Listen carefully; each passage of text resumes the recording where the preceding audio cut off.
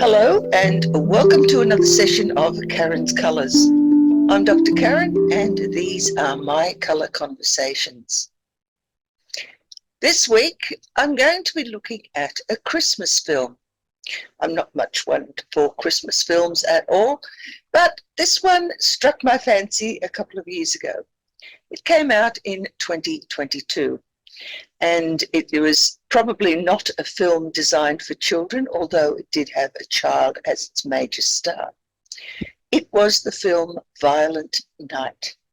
But before we start, I'd like to welcome back those of you who've been following this series of film analyses, and also those of you who have stumbled across this channel and are looking at it for the very first time.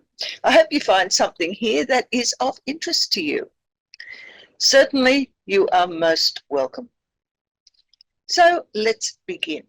The film Violent Night is actually a nod to two other Christmas movie favourites. They are Die Hard and Home Alone. The two major protagonists are involved in one of each of those films. Looking firstly at the film Home Alone. Here we have young Trudy, who, like Kevin from Home Alone, is a resourceful child. She's feisty and she's also rather inventive. She has been inspired by recently having watched the movie Home Alone with her mother, and she wants her parents to be reunited as her Christmas wish. She has a penchant for creating distracting interventions, and she believes in Santa. She also, as part of the movie's theme, models how to use love to solve interpersonal problems. The other protagonist is Santa Claus, and his story models that of Die Hard. He's a vulnerable and fallible protagonist, and the film features some overwhelming odds which he must face in a restricted environment, much like the protagonist in Die Hard. He's in the wrong place at the wrong time, and he tries to avoid getting involved but is unable to escape. But he is assisted by Trudy, who helps him to eliminate the terrorist thieves that have taken over the place where he is now trapped. He has his own marital woes, which Trudy eventually helps to resolve, and he uses skills from a past life in order to overcome the problems that he faces. Let's now introduce some of the other characters. Firstly, we have Jason. He is the son of Gertrude, the woman whose house is the site of the action in this film. He's also Trudy's father. Trudy's mother is Linda. She is estranged from Jason and is only there under sufferance because she is the carer for Trudy herself. And then there are extended family members. Here is Alva. This is Jason's competitive sister who wants more than anything to inherit the bulk of the estate from her mother. Bert, her son, is a social media obsessed adolescent who has very little concern for others in film. Gertrude herself is a widow who sits on a vast fortune and has an enormous self-opinion about her value to the scenes. And finally, we have Morgan Steele. This is Alva's actor boyfriend who plays a minor role, but nevertheless is responsible for some of the comedic elements of this film. And then we have the villains.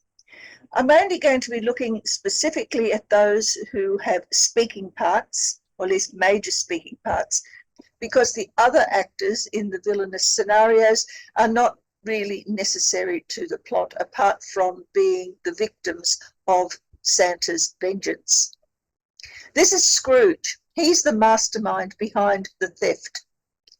He is Gingerbread. He's the leader of the infiltrators. In fact, he is posing as the leader of the caterers for the party.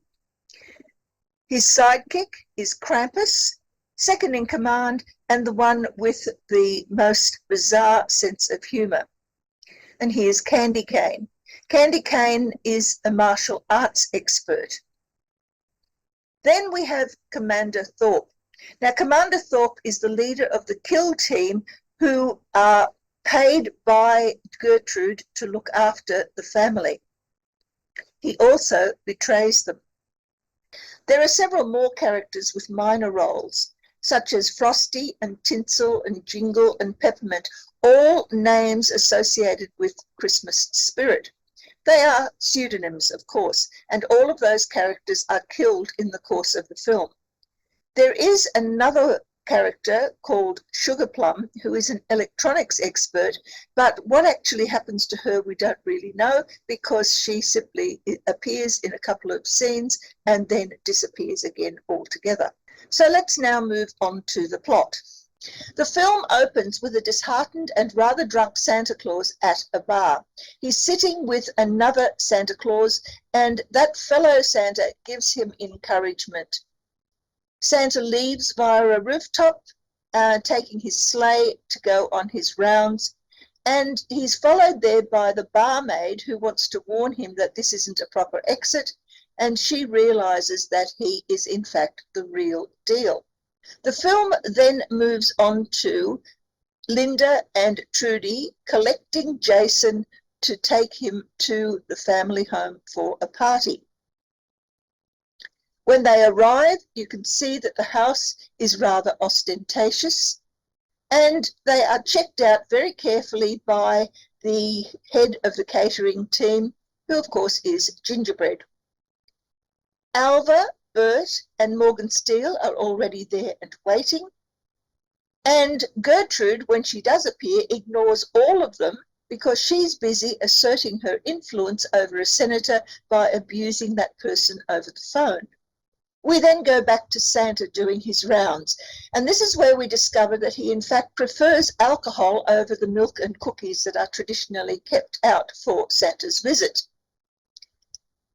Trudy, who has missed out on being able to talk to Santa in person, is given a walkie-talkie in order to contact Santa. And while she's talking, her parents eavesdrop and hear that her Christmas wish is for them to reunite. Santa's magic allows him access to the house, and after finding some very good quality alcohol, he then falls asleep in a massage chair. Elsewhere in the house, Gingerbread sets the plot in motion by making his first kill. And then the attack begins. Candy Cane killed several of the staff in the home, and the bodyguards attempt to move Gertrude to the panic room, but are foiled in that action. The sound of gunfire wakes Santa, who tries to investigate by peering over the banisters, but the gunshots also frighten off the reindeer, which makes Santa's magic fail him, and he's unable to leave. Instead, he tussles with Tinsel, who is killed in a fall. Santa then leaves the house, but he's taken with him one of the cookies that Trudy has baked, and it reminds him that there is a child in the house that may need his help, so he returns. The intruders, of course, find Tinsel and are alerted to the fact that there is someone else in the house that they were previously unaware of. Once the family is gathered together in the drawing room, Trudy calls on Santa for help. Santa ends up killing a second assailant and speaks back to Trudy. But the action is caught on CCTV by Scrooge's team. Downstairs, Candy Cane tortures Jason, and Trudy intervenes when the torture becomes too much. She then runs away. An injured Santa is tending to his own wounds, and this is where we then discover that he had a past life as a Viking warrior. Trudy's escape has taken her to the attic, where she once again calls Santa. Meanwhile, Krampus is insisting that the family gifts are distributed in order for him to observe just who likes whatever it is that they are being given. Further away, the assembled kill team gets ready to move out to come to the rescue. And Santa is captured, where for the first time he faces off with Scrooge. Trudy, using a box of styrofoam beads, manages to create a distraction which makes the downstairs area look as though it is snowing indoors, which enables Santa to escape up the chimney and onto the roof. Unfortunately, his sack is burnt in the process. The kill team arrives and is outed then as being co-conspirators, and they begin to hunt for Santa. In the shed, Santa discovers a sledgehammer, which he then uses as a replacement for his Viking weapon Skull Crusher to defeat the assailants. As he leaves, he kills one more of the kill team who has been monitoring his movements via electronic surveillance. Inside the house, Gingerbread and Candy Cane are searching for Trudy and begin to uncover some of her traps.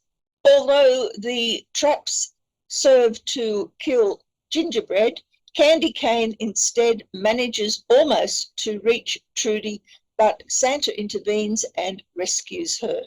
Having found that the vault is empty, Scrooge then threatens the family and Jason reveals where the money is hidden.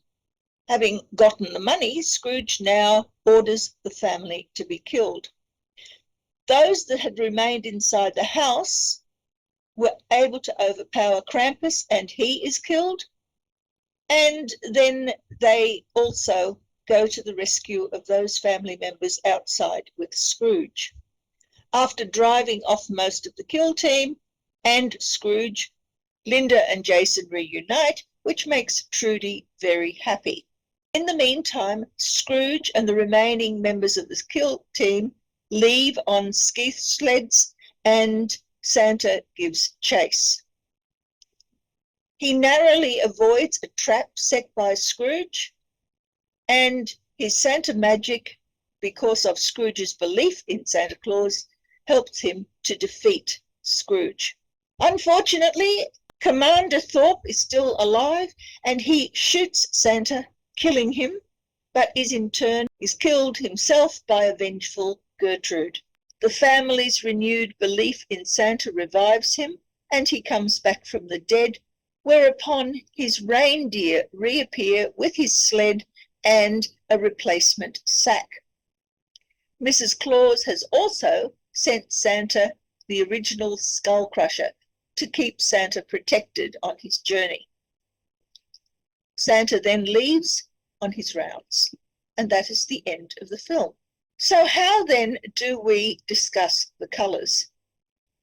There are a number of colour issues in this film. Firstly, because the story encompasses part of one night and one night only, there is no or very minimal difference in the colours of the costumes because there are very few costume changes. Christmas also has a number of traditional colours associated with it. Primarily it's red, but there is also white and green, which are part of the Christmas tradition. Several characters also appear in red, and because of this, we have to consider that they read differently. Red cannot mean the same thing for every character. So let's examine it in more detail. Red is worn, of course, by Santa Claus, by Trudy, by Bert, and also by Candy Cane. The naughty list that Santa carries with him has writing in red, and Santa's blood is also prominent, particularly on his white shirt and also on the floor after he is injured. Red on its own represents the Christmas tradition, but it's better if we look at it in terms of the other colours that are associated with it. And so we move to the separation between red and white and red and black. Red and white appears to be on the side of good, of rightness, and involves activities that are designed to ensure fairness. They're also associated with wanting to remain uninvolved in conflict, as can be seen by Trudy's hiding in the attic. Jason also wears red and white as a headdress to indicate his good intentions and also his desire to be uninvolved in the conflict between himself and Linda for the sake of Trudy's happiness. On the other hand, red and black is on the side of badness, on the side of destruction. Candy Cane's attack on Trudy is done in her red costume, but also whilst wearing black vest. The nutcracker that is used to torture Jason is also primarily red and black, although there is also some white. The nutcracker is itself an inanimate object, so therefore has no real intent of its own. It is how it is used that designates the good or evil of the colours. Sugar Plum is also clad in red and black. As the electronics expert, her role is to hack into the electronics that governs the vault in the house, and she has little else to do with the plot, but nevertheless her intentions are not honourable. And then we have brown.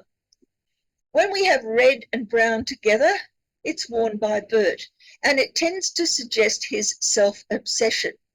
He has no evil intent as such, but he is prepared to fight on behalf of his safety and that of the others in his family.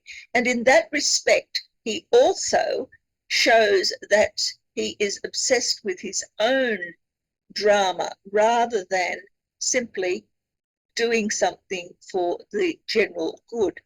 Brown and white, on the other hand, has to do with self-assertion.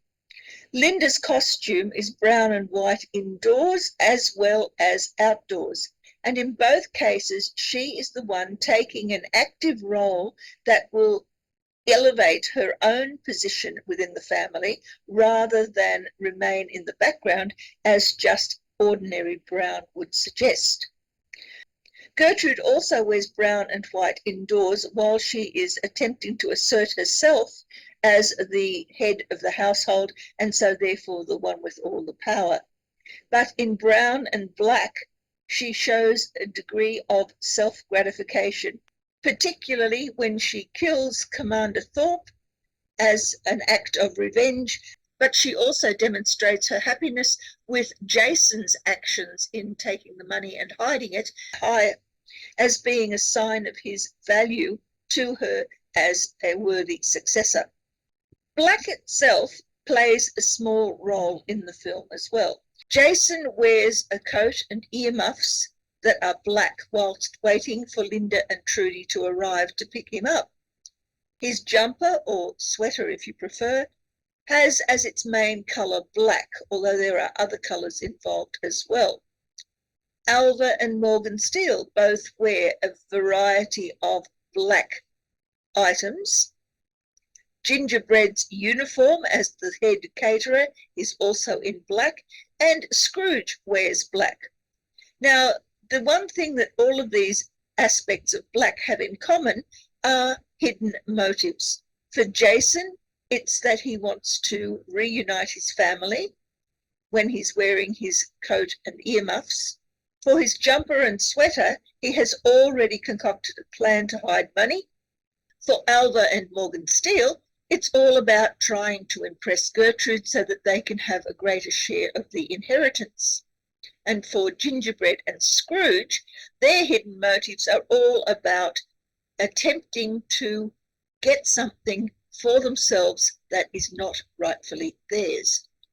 Green plays a lesser role in this film, but it is seen on two characters in their costumes. Firstly, the barmaid wears a green patterned top when she realizes that Santa is real, and Krampus also is primarily clad in green, although he does have red in his cap as well.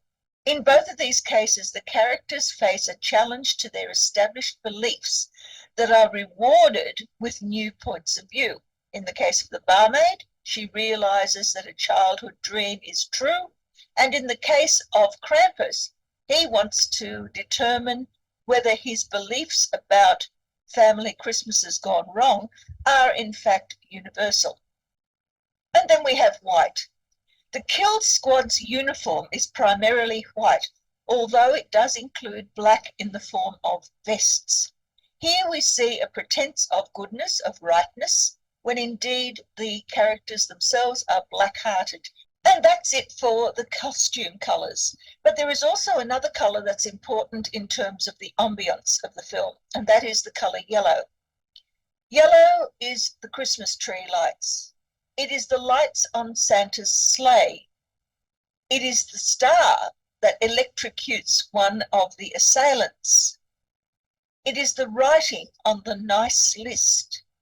And it is also the background to the confrontation between Santa and Scrooge as the area behind them burns. In each of these situations, the yellow colour is used to highlight a particular action. It exposes it to the viewer of the film rather than having any specific other role within the film itself. And finally, we have one other colour that appears only once, and that is Trudy's early gift of the walkie-talkie. Here she has a connection to truth, that is the reality of Santa's existence, combined with her fantasy of Santa being real, and this is done via a communication device. So let's now summarise what these colours mean. For red on its own, it's all about a traditional Christmas. When red appears with white, it has to do with positive actions. When it appears with black, red connotes negative activities. Brown on its own is self-absorption or obsession about something, whereas brown with white indicates assertiveness, and brown and black self-gratification. Black is all about hidden motives, and green about childlike curiosity. White is deception, yellow enlightenment, and blue the link between fantasy and reality. And there we have it, a colour analysis of a film that has very few colours and not a lot of costume changes. I hope you've enjoyed this foray into Violent Night. I haven't yet decided what film to do next, but I'm sure it will be one that you will either be familiar with or anxious to view. Certainly, if you haven't seen this one, it's worth a watch, but be mindful that it's not for children. I hope you've all had a fairly peaceful holiday season and that it will continue for you as a safe journey into 2025. In the meanwhile, may the colours of your life be those that bring you happiness. See you next time. Bye.